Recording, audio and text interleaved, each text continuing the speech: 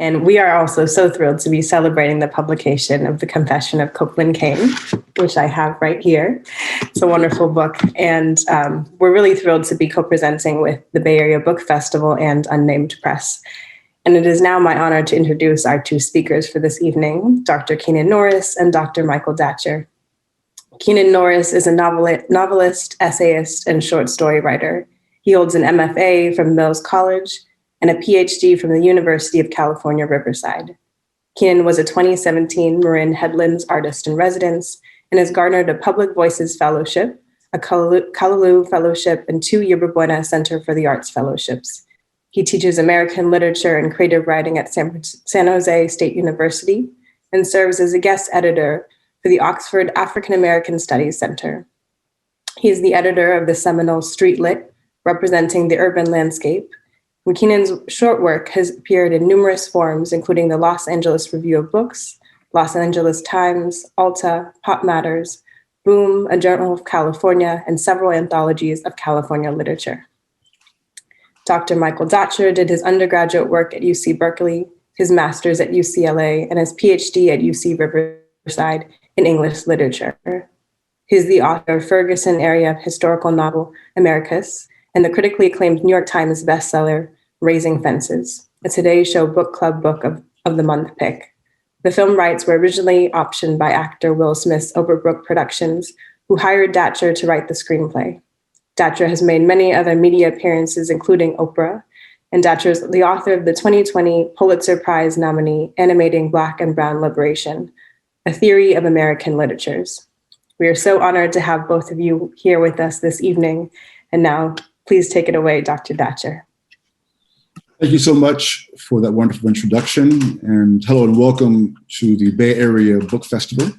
Again, I'm Dr. Michael Datcher, the moderator for this exciting and inspiring conversation with Keenan Norris, author of the Confession of Copeland Cane, which was officially published today. Always an exciting time when there's a pub date for an author. So thank you so much for joining us. So I'm endeavoring to have a conversation today with, I'm just gonna call him Keenan, who's Dr. Norris to me, with Keenan about his brand new book, which again was published today. And so you may see us kind of going back and forth in a somewhat informal conversational tone during this conversation. So let's dive into the conversation, Keenan. Absolutely. So the protagonist of your novel, The Confession of Copeland Cane, who goes by Cope at times, at one point he says, books change your mind, but they can't change shit in the world. Then a couple of pages later, you have him saying, writing wouldn't change the world, at least not for Black folks, but I lay low and played my role. I kept writing. What is the role of literature in social justice? What can literature do? That's a great question. So first of all, I want to thank everybody for being here. I sincerely, just appreciate everybody who is on this call and everybody who is, helped me to bring this book forward. I'll get to my thank yous, I guess, at the end, but I really want to start with that. Michael, to your question, so what is the role of writing in social justice, in social protest? I think that its role fluctuates, right? I think that there are essentially black swan events where, we're writing throughout history, and in the current day has substantially influenced and changed the trajectory of societies. That said, I think what Cope is speaking to is also is the more dominant and consistent reality, which is that generally a lot of words get spilled on the page, right? And they're beautiful and they are provocative, and they are moving in toward the cause of justice, toward some just cause, but that in itself doesn't mean that things are going to change, right? And we just think about how much I don't know how much ink has been spilled, in regards to, say, like police brutality and the unjust killing of unarmed Black people in America, and really throughout the Americas, right? And how little literature and the other arts have really been able to affect positive change in that regard. Somebody like Cope is really speaking from that position, and from that like really consistent reality. So I would just start there, that it's that social change is unpredictable, but that generally, right, it's other things that really end up impacting societies. And so Cope looks not only to the written word, but also well beyond it for, to create social change within his little area of East Oakland, but also to even save himself. Right. Right. And to put some pressure on part of your response when you said that, well, there's been lots of ink spilled on pages that have not been able to, at a mass level, create change. When you look at books like How to Be an Anti-Racist, for example, which basically it's undeniably, literally changed the social political landscape, certainly of this country, with so many organizations implementing anti-racist policies. Your own novel features, okay, I don't want to give too much of the novel away for those who haven't read it, features a character who's involved in sparking a social movement that plays a major role in the last part of the book. So we place some pressure on this response, which you just said to me in this audience, that, well, despite the ink that's been spilled, we cannot say that writing has had a significant impact on social justice. I want to have you respond a little bit more to that. Okay. Yeah. I mean, I think that there's a tension in the book. Yeah. Thank you for giving me a chance to warm up a little bit. So, I think there's a tension in the book, right, between social stasis and social change, right? There's a tension in the book between, between writing and, the unwritten world, right? There's a tension between Cope, the kind of capitalist materialist, right, and Cope, who is, at various points gets activated to create some kind of change, right? And so there is this, and so he has this love-hate relationship with the written word, to widen it out, right? Black folks, we have in many ways a complicated relationship to literature. There's a lot of scholarship, around the idea that, that Black people sought to prove our, humanity and our, that we were deserving of all the rights and privileges of American society and, Western civilization and so forth through utilizing the written word, right? And you see this in a lot of African-American literature scholarship, especially back in the 80s and 90s. That was a dominant, idea. And so, so we have that, right? We have Black folks utilizing that. At the same time, I can speak as somebody who worked for 13 years in total, 9 years full time as a community college instructor teaching English. I can also, tell you that the written word, the English language, standard English is a gateway, and gates not only open, they also close, and they stay closed oftentimes. And so English and the written word in general has oftentimes been leveraged against Black folks. Right. To keep us out of spaces, and to deny us justice. Nice. Certainly, we have seen writing literature weaponized against Black folk, how we speak it, how we write it, within the so-called accepted or normal paradigm that would, for example, win awards or be accepted in certain types of contexts. Thank you for that. You know, running plays a major role in this novel as well, including young Copeland running races against the other young characters in the book. Copeland running races as a high school 400-meter star. Then finally, of course, Copeland running a race for his life as a fugitive after the murder of Officer Burgeon. So please speak to the intersection of race as a social-political construct and running of races in this novel. Oh, thank you for that question. I love that question, especially just a few days after the NCAA track and field championships and a few days before the track and field Olympic trials. I love this question at this moment in sports time.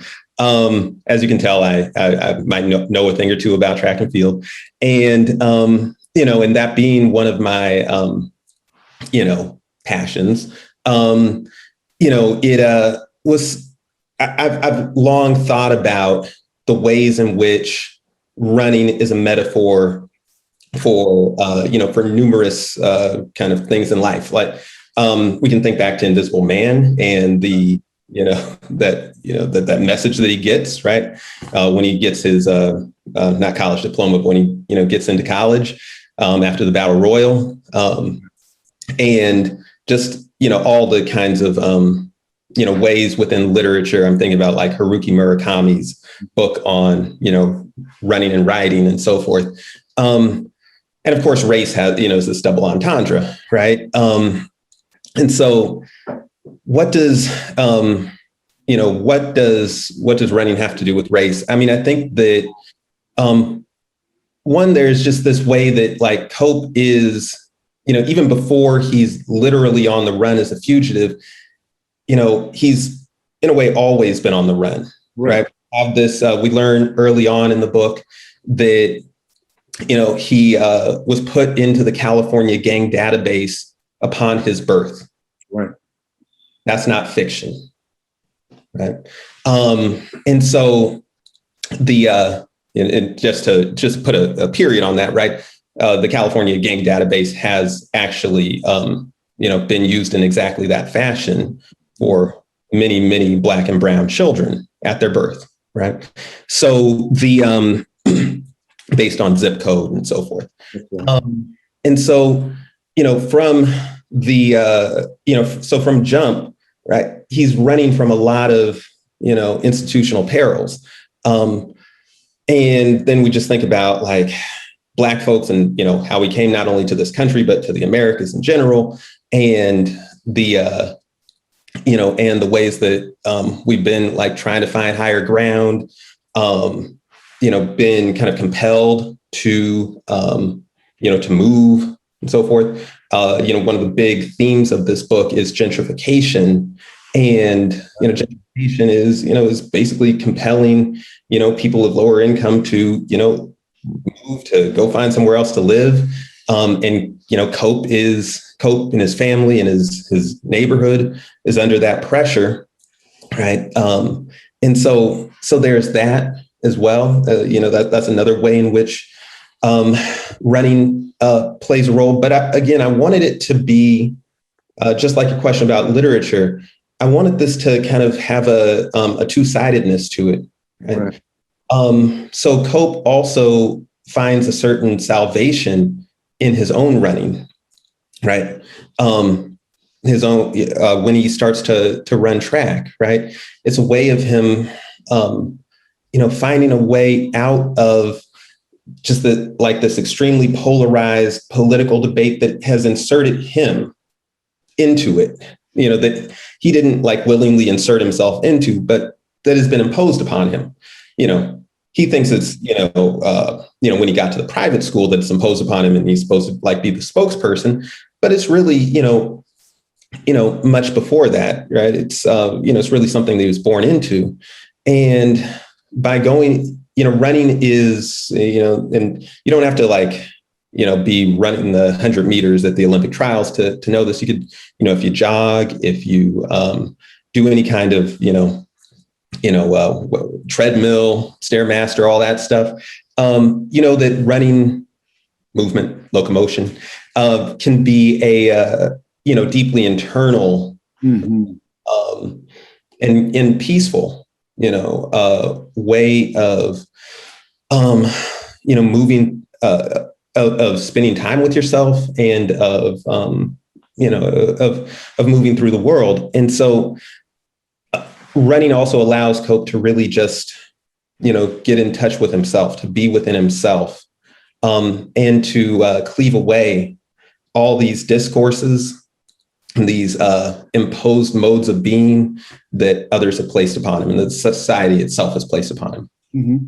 In the novel, people run fast. In the early part of the book, there's the young people, when Cope is probably in elementary or maybe junior high school, they are racing. People like Free in the book are very fast. In the vernacular sense, the fast life, at least in the Black context, is a thing that is very attractive to people. Or when it's in a gendered context, when young women at times are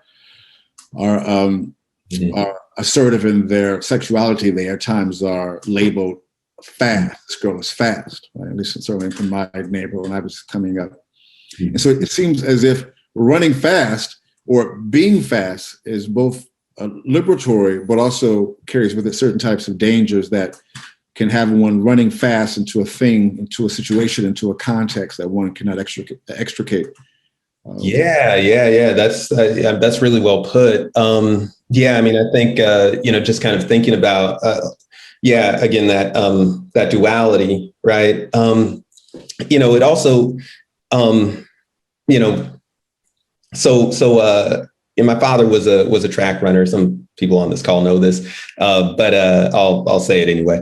So, he was a track runner, he was a sprinter, and he was pretty successful at the high school and college levels. And so I saw with it, with him, I was born, well after he was done with that part of his life, but I saw in his, recounting of his memories around that, both sides of that coin, at least as it functions for, for a young Black man, right?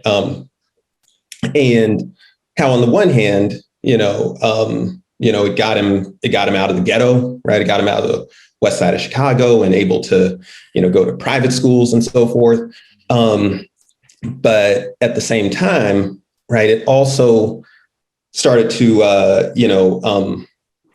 lock him into an identity that really, really wasn't the totality of who he was, right? And I think a lot of young Black men, right, of varying athletic abilities get locked into that, because of stereotype, basically, and people expecting us to be athletic and so forth. And so, I mean, I think that, and athletics being such a, athletics being like it's fast money, right? At least that's the perception. It's like you can get, you get in the NBA or something, you get rich real quick, right? And you can kind of jump these, these steps that have, traditionally have like historically barred Black people oftentimes, right? So I think about, all that. I think about, there's a great line in Fences where, where the dad, says to his son, he doesn't want his son to, go play baseball or football. And he says, Josh Gibson's daughter is running around and, I just saw her out in the street here running around barefoot. These coaches are lying to you. They're not going to do anything for you. Right. And so there's this way that it's also like sports is oftentimes dangled in front of Black people in lieu of, more practical, means of social ascent. And so there's a lot of so there are a lot of pitfalls and a lot of problematics that, that go along with a lot of our attempts at, uplift and success and so forth. And so I wanted the book to kind of get into that as Cope, attempts to move social classes to show how like there's a two-sidedness to every movement that he makes. Right, and the book does a great job at articulating that duality, which I'll jump into in a moment. But first, you mentioned father, so I want to dive into this next part of the conversation. One of the most interesting parts of the novel is that the father, Copeland's father, is an inventor. There's a backstory to that, but that's such an interesting occupation for an African-American father, especially in a novel. You don't find very many inventor fathers, right? Black male fathers in the neighborhood inventing stuff. And that, in fact, that particular positioning leads in part to Cope ending up incarcerated in the youth control, which is the novel's kind of juvenile incarceration unit. So what role does inventiveness, or you can think of it as improvisation in many ways, play in Black liberation struggles, both in this novel, but also in the world at large for Black folk? Yeah, so I mean, I think it's like really ironic that, you know, all the indices and the studies and so forth say that, you know, Black people are, you know, not entrepreneurial enough. We don't, Black Americans who are not, you know, recently immigrated from Africa, right? That we're not entrepreneurial enough. We don't open up enough businesses, right? Really, it's like a lack of capital and and so forth, right? People need money, but but I think that's really ironic, right? That like critique, you know, because we've had to be so inventive just to, you know, back in the day, just to survive, oftentimes today, just to survive, and to get ahead. Like, you know, you talk to most Black people who are middle class, upper class, you know, economically, and there's, at least in my experience, there's some story along the way of somebody who had to, you know, for lack of a better term, entrepreneur. That Negro level. Whoa, you went there with it.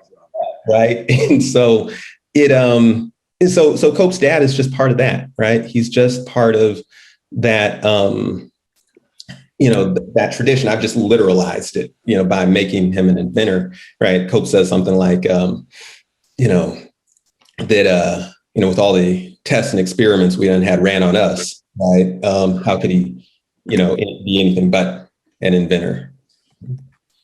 Yeah, you know, and we see this play out again in Black vernacular usage in the Black community, certainly with phrases like making $1 out of 15 cents. You can try that for inventiveness. We're making a lemonade out of a lemon, which is, in terms of its pop culture reference, Beyonce's album Lemonade. I was never really a great Beyonce fan. After that album dropped, just the courage of that album, the inventiveness of that album, the artistry of that album made me a Beyonce fan. I never bought her earlier stuff. Beyonce is bad. Let's keep it real. But, you know, I wouldn't have bought a Beyonce album. After that album, I was like, whoa, right? And that she labeled the album Lemonade, which was completely a reference to making a lemonade out of a lemon, you know, her situation with her spouse and those complicated fun dynamics. And so I was thinking about that as I was reading that part of the book and thinking about inventiveness and what it takes to live a Black life, certainly in the context of atomizing, virulent anti-Blackness. You have to be inventive, not just to start your own business, but literally survival takes a certain level of inventiveness. And we see a long tradition of that via our vernacular usage with phrases like making lemonade out of a lemon. You also spoke, you mentioned earlier in our conversation, Keenan, about gentrification playing a major role in this book, and it does to a great extent. Can you say more about how the displacement of Black folk impacts Black characters in your novel, but also impacts Black folks really around the country? Yeah. Thank you for that question. Oakland side yesterday ran, they were, you know, nice enough to run a feature piece on my novel, and they focused on the gentrification aspect of it, which is, you know, one of the real driving points of the narrative that really is like helps to catalyze, the plot of the book, and the main crisis of the book. So So the book takes place in Oakland, right? And takes place in East Oakland. I myself am not from Oakland. I'm from Southern California, from the Inland Empire, but I've lived in Oakland for I live in San Leandro, but Oakland area, for almost 20 years now. And I lived in Oakland for first half of that. Also have a lot of family that lives in East Oakland and that came here during the Great Migration, right. Out of the South. And, that's when most Black people who live in Oakland and in the East Bay came here, right? So we've seen really, especially in the last, in Oakland, I'd say in the last 10, 15 years, this really, massive gentrification, especially of the downtown and of North Oakland. There are people on this call who can speak to this, who are native to Oakland, who can speak to this even more than I can, right? But because that gentrification spoke, so deeply to me in terms of it's, it related so closely to some of these other issues that we're talking about, like having to run, like having to make something, out of nothing and so forth. Like it was unavoidable. And here in the Bay Area, right here in the East Bay, it's totally unavoidable, right? And because it's a force that not only marginalizes and oppresses Black folks, but the vast majority of people, right? Poor people, people of modest means, people of middle class, right? There's a deeply shrinking middle class here in the Bay Area, because of all that, I wanted to center much of the book around this issue. The book's also kind of premised on a thought experiment, which is, so the book is set in 2030, I should say. It's set in the near future. So it's speculative fiction, like not that speculative, but so it's premised on this thought experiment, right? What if the gentrification that is like in full effect downtown, and so forth, was in East Oakland? And apparently it's up for debate exactly where East Oakland starts, and everybody knows where it ends, but where it begins. But wherever you think it begins, right? Since people have different answers to that, or imagine that the gentrification that you see in downtown was starting to root just as deeply in East Oakland, or even deep East Oakland, right? Because Cope lives in what would be like the 70s for people who are familiar with East Oakland. So imagine if that was that deeply rooted in that part of Oakland, right? 12th Avenue. See, yeah, that's what I'm talking about, Derek. That's about where I would say East Oakland starts. Anyway, right. I'm gonna get in trouble. That's everywhere. That's all of Oakland. That's fine. I'm gonna get in trouble. So anyway, so just imagine that, right? So Cope, says that the story that they've been sold all the way to the wrecking balls is that his housing complex, Rockwood, is the last housing project in East Oakland, right? He says, get it right. We live in an apartment complex, not a housing project, right? But, for a variety of reasons, it is slated for demolition by the time that he's 18 years old. The present tense of the story in 2030. And so what effects does that have? We know what's going on, downtown and so forth. We know about just tech's, big tech's impact on the average person in the Bay Area in general. But imagine, that impact, pushed even further east within Oakland itself. Yeah, thank you for that. You mentioned throughout the book, I think a really clever way about the liberating force of literacy. You have some really subtle, I think, references to Frederick Douglass, who famously talks about in his autobiography about learning to read, how literacy was the foundation of his own freedom. There's also kind of an echo of Malcolm X reading when he was in prison. And so in the novel, Copeland, when they're in the youth control, which again is the novel's incarceration unit for young people, is the library's most popular user. Then at a certain point, so is DeMichael. For those who don't know, in the novel, DeMichael is like the iconic bad boy. He's the big, overaged, eventually junior high and high school student who is big and bad, who finds himself on the wrong side of various types of legalities.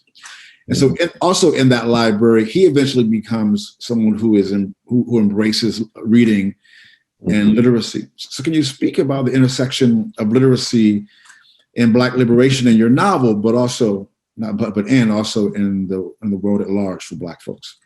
Yeah. I mean, so, I think about somebody like a scholar like Jean Andrew Jarrett, right? And his, formulation around, like, again, Black folks taking up the pen in the 17th century, in the 18th century, in order to, prove our, to prove our intellect in a society that, was sought to deny that we, were fully functioning human beings. And frankly, you still see this, unfortunately, right? With the, not to go too off topic, I'll get back on topic in a second, but if folks aren't aware of, the scandal, for lack of a better word, with the NFL now, right, around the race norming with head trauma, right? And I'm doing a poor job of summarizing, but y'all can, look that up and, and see that, still operative to this day is, are certain assumptions around Black intellectual inferiority, right? So literature, historically has been a way for Black people to, to kind of take hold of the tools of Western civilization and to use them not against Western civilization, but to incorporate ourselves within it as, as dignified persons, who have, who are, do the same rights and privileges as everybody else.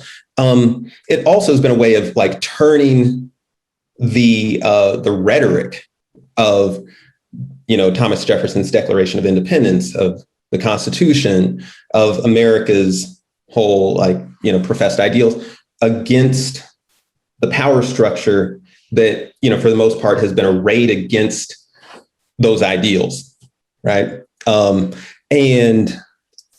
to turn it against that power structure in order to change that power structure, in order to, have, rights, privileges ceded, and so forth. And so, yeah, there's a long history of that, right? So, most of the great abolitionist work are, the slave narratives, right? We know more slave narratives than we do speeches, right? Most of you probably know more about what Frederick Douglass wrote than what he said, right? Same for Olaudah Equiano, Harriet Jacobs, Mary Prince, Josiah Henson, on and on, right?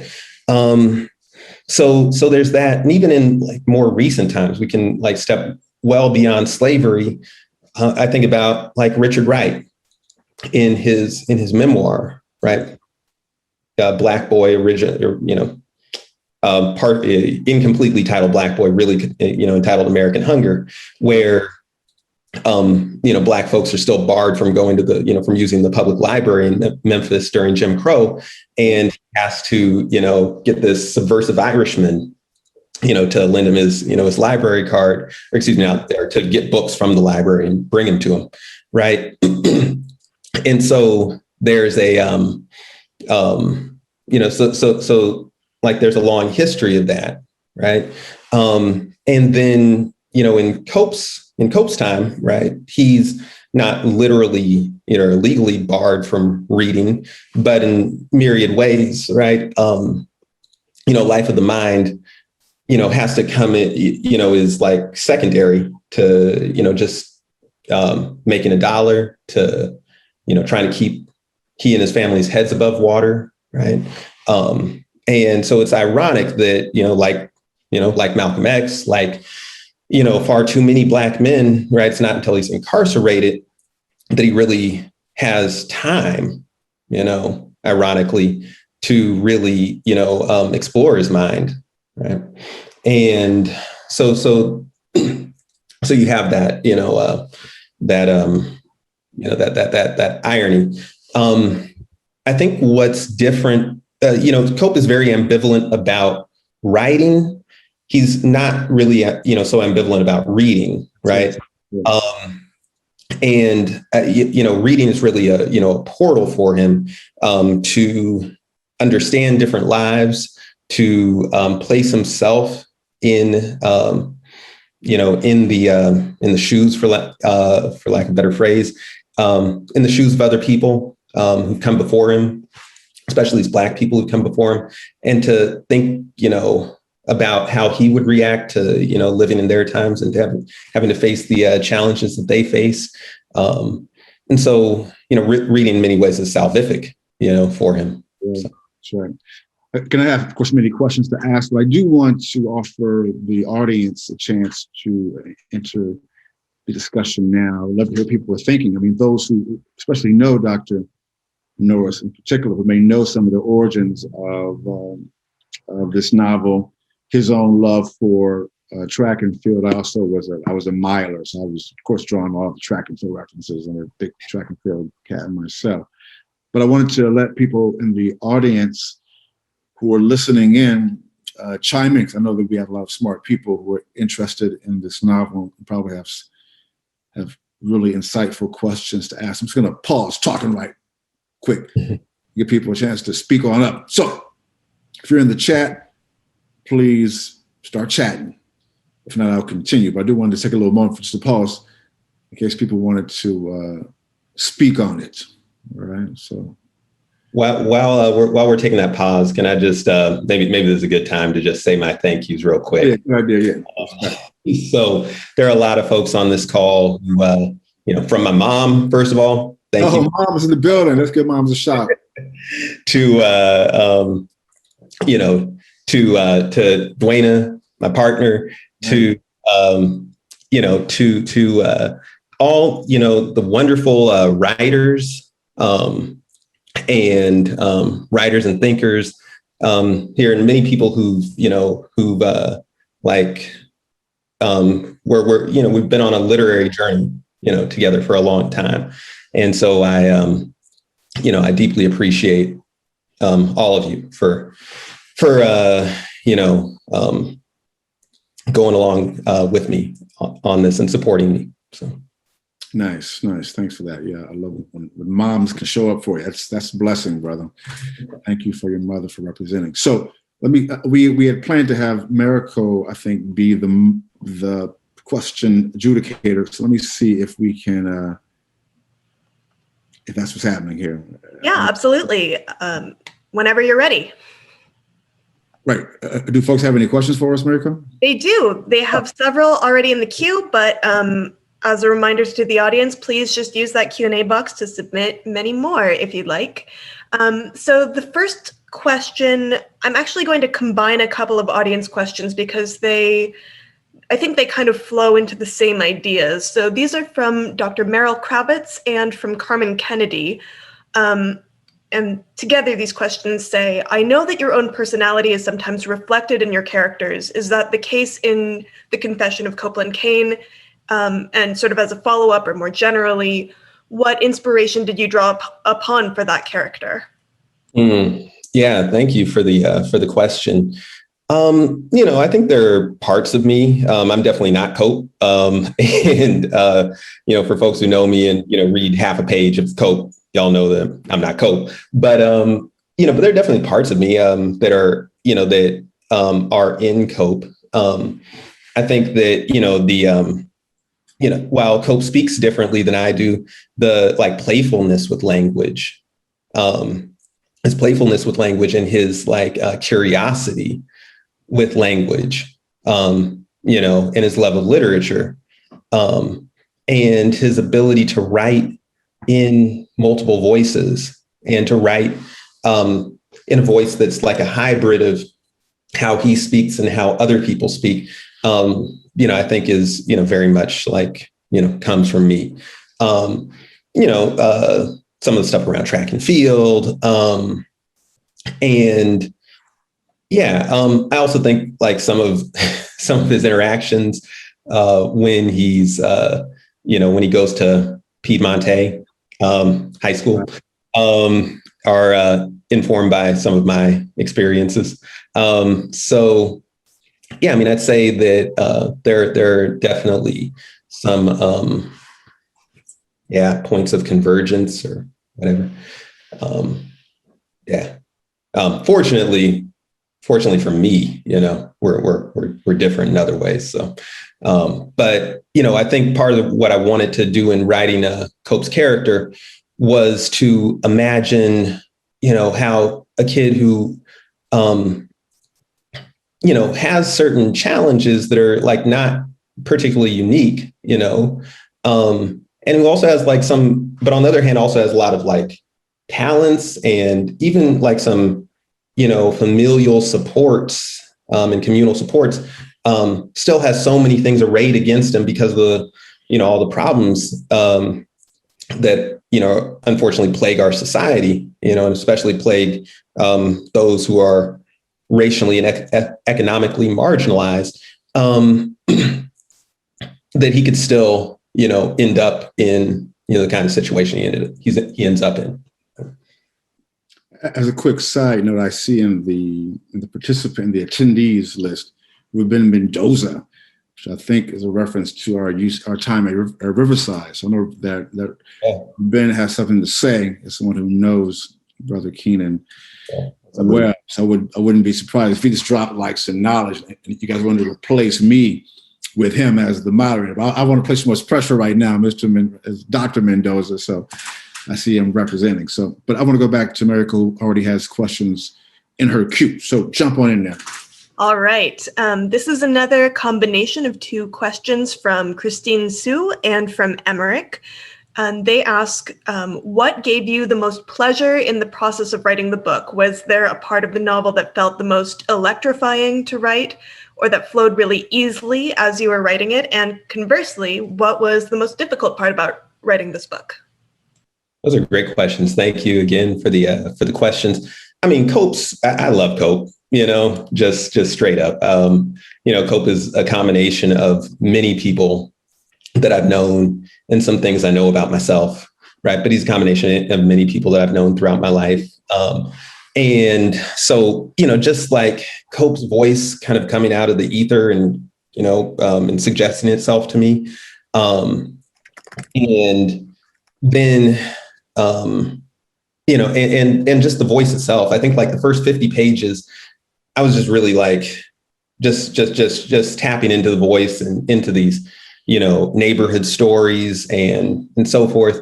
That was by far the most fun part of the book. I want to say while I'm here, and especially because this is a MoAD event, that one of the great institutional supports that I had in writing this book was a Callaloo Writers Workshop Fellowship. Callaloo is an international writers workshop. And I was part of their 2016 fellows, along with a number of other really great writers. And, we met at Brown University, for a couple of weeks. And I, really went through the first 30, 40 pages of this, of this text, with those folks, people like Nafisa Thompson Spires, Tony Ann Johnson, right? And other people who, are going to be published in the future as well. And, and so I'm Amanda Chu Kwan, and so forth, right? And so so that was a great, just wind in my sails. Yeah, I forget what. Sorry, Can you come back to the question? I wanted to say that piece about Callaloo, and I kind of forgot what the question was. Most electrifying, pleasing, or difficult parts of writing the novel. And I just want to jump in and correct my own pronunciation of our audience member who asked that question. It's Christine Shu, so apologies for that. Yeah, thank you for that, Mariko. So, so that first part of the book where I, just like that initial inspiration, and I know, because there are a lot of writers here, I don't know if my process is similar or different from you guys, but, I really kind of start just from, not with like, I don't need the whole thing planned out. I just need to know what my next couple steps are, when I'm writing. And I just knew I had these stories that I wanted to tell, and that, that they might make a book, they might make a novel, or maybe they just be individual short stories, right? I actually did publish a section of the first part of the book entitled Race as a short story, maybe like 2 years ago. And so that was just really fun. Vibing with the brothers and sisters at Callaloo was wonderful. In terms of the most difficult part, so one of the people who's also on this call, who I definitely need to give my thank yous to, is the editor who I worked with at a name press, Chris Heiser. Thanks, Chris, who really helped me hone like the plot mechanics of the book. And so getting the, just the pace and the kind of funneling the dramatic tension of the book. I knew how it was going to end and so forth, but, making that move a little more expeditiously was quite a challenge. So, just because there are a lot of things, Cope's life, in a way, like the, the police brutality, police murder, issue that catalyzes Cope's drama is not, it really, it's like the core of the story, but it's not. Like the story is really about Cope's life, right? Just like all these, Black men and women who, have died unjustly, at the hands of the police, right? What we know about them is how they died. And that in itself is such a severe injustice, right? It's such a severe injustice to them because they were people, right? They weren't just dead bodies, right? They weren't just a murder scene, right? They were people. And so I wanted to, tell Cope's whole story. And in doing that, right, a story is not, doesn't necessarily lend itself, so easily to like arriving at a moment of climactic, dramatic, stuff. And so that part was like devilishly hard to do. So. All right. More audience questions. These are great questions. Keep them going. You guys should be in control of this discussion. I'm about to retire from my role as the moderator. Let the audience just take control. All right. Well, our next question, a few questions altogether, kind of long, but I think it's really good.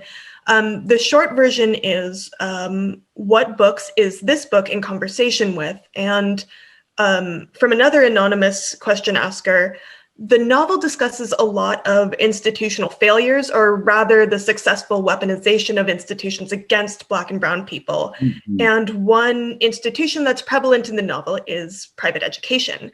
Right. So thinking about the rhetoric that you were discussing earlier, could you please talk about, and going back to what books is this book in conversation with, could you talk about the literary canon? How does the Confession of Copeland Cane fit into or challenge the canon, especially with how the Academy chooses which Black American writers to include? Right. Good question. Okay. Today, I'm about to shut my thing down. Like, definitely need to answer this one in 5 words or fewer. No, just kidding. Right. 3 words. I'll make it a haiku. Yeah, I mean, I think. Okay. So let me see. books that it's in conversation with. That's tricky because I don't want to, I know I'm supposed to be selling my book and all, but it's a little bit of a reach to say it's, I don't know, in conversation with, with a book penned by, I don't know, one of my literary heroes. But what I would say is that books that I was thinking about, and I guess having a mental conversation around when I was,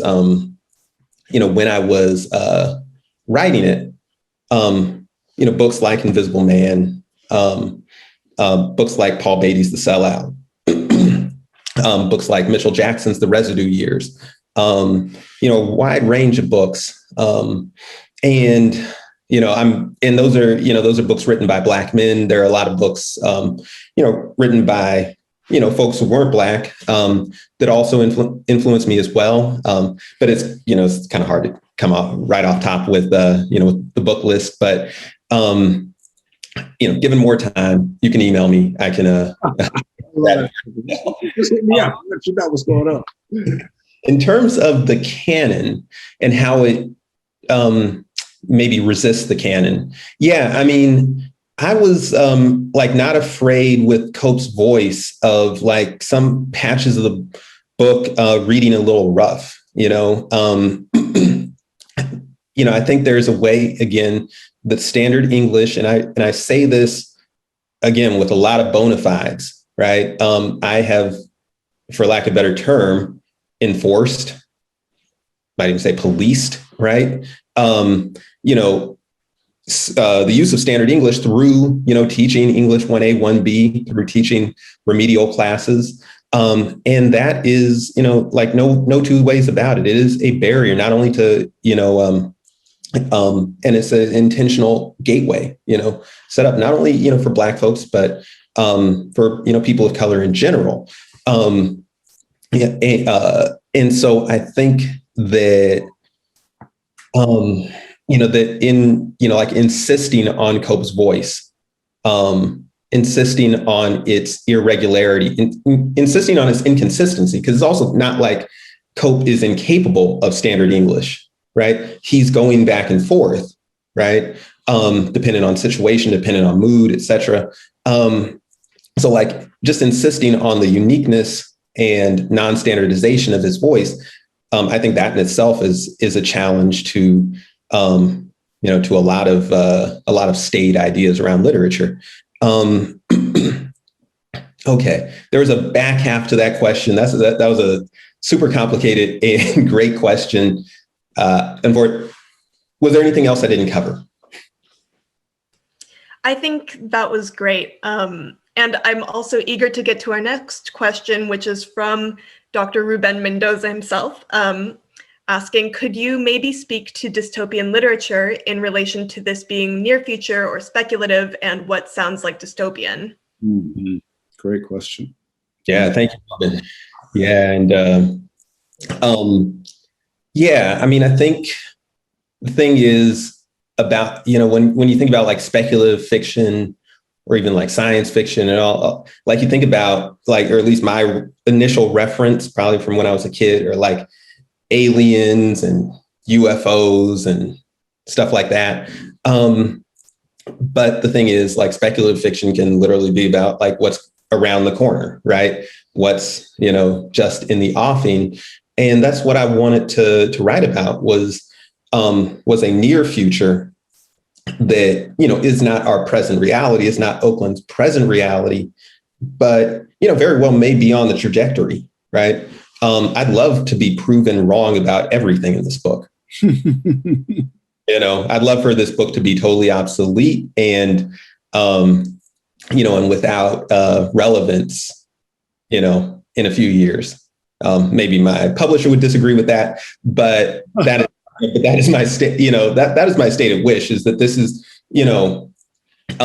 that some of these societal trends, reverse, disappear in some sort of way, or change in some sort of way. But so speculative fiction, allows, in the case of this book, it allows a forewarning. I think you kind of feel that in books like Parable of the Sower, right? You read Parable of the Sower, and like a lot of it feels very present now, I have a friend who has a shirt that says like Octavia Butler was right. And so, so I think, so I think for me, at least, the most kind of powerful dystopian literature is that literature that, is only hard to imagine because we're scared of it.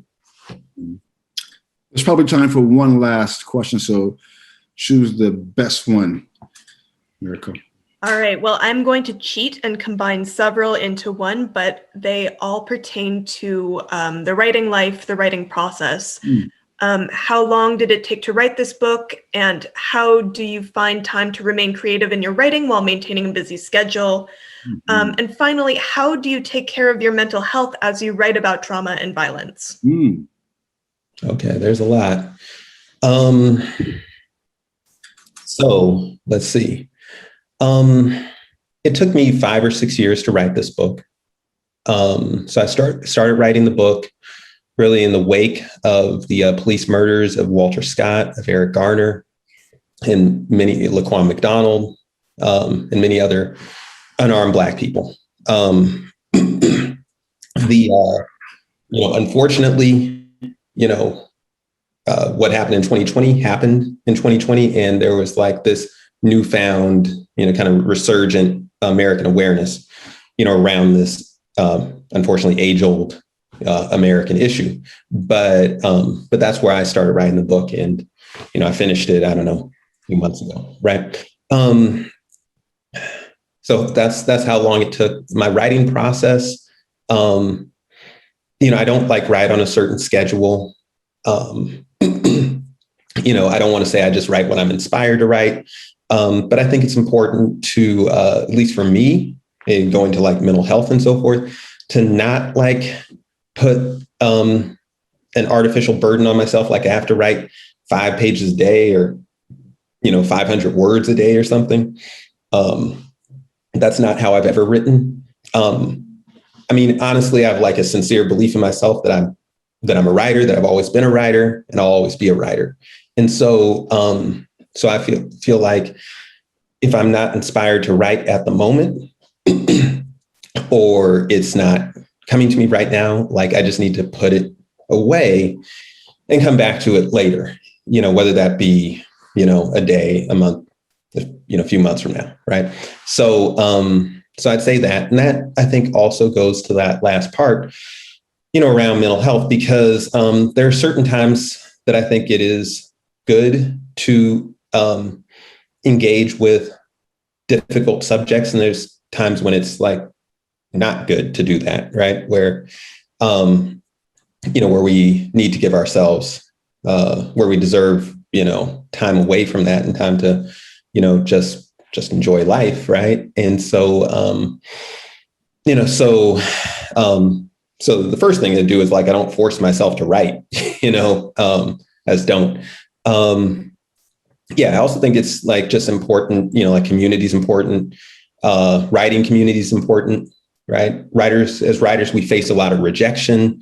We face a lot of like false starts and, and so forth. And just, breaks in the process. And so it's really important to support each other, and like, therapy ain't bad either.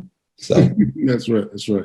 Listen, thank you so much for this time, for this conversation. I know we have many writers and creatives in this audience. Let me just say this aloud, because when someone's book comes out, like today is Keenan Norris's publication day. We call it the Pub Day. And that example serves as such an inspiration to folks who have stories inside of them, probably folks who are on this Zoom call as we speak. So let me encourage all of you to keep that dream alive. We do face a great deal of rejection as writers. It's very difficult to break through the malaise of the publishing industry, but it can be done. And today, we have an example of someone who's broken through, who's made their way out of no way, made some lemonade out of a lemon. That is the publishing industry. Thank you once again for Dr. Keenan Norris. Congratulations on this brand new book, The Confession of Copeland Cane.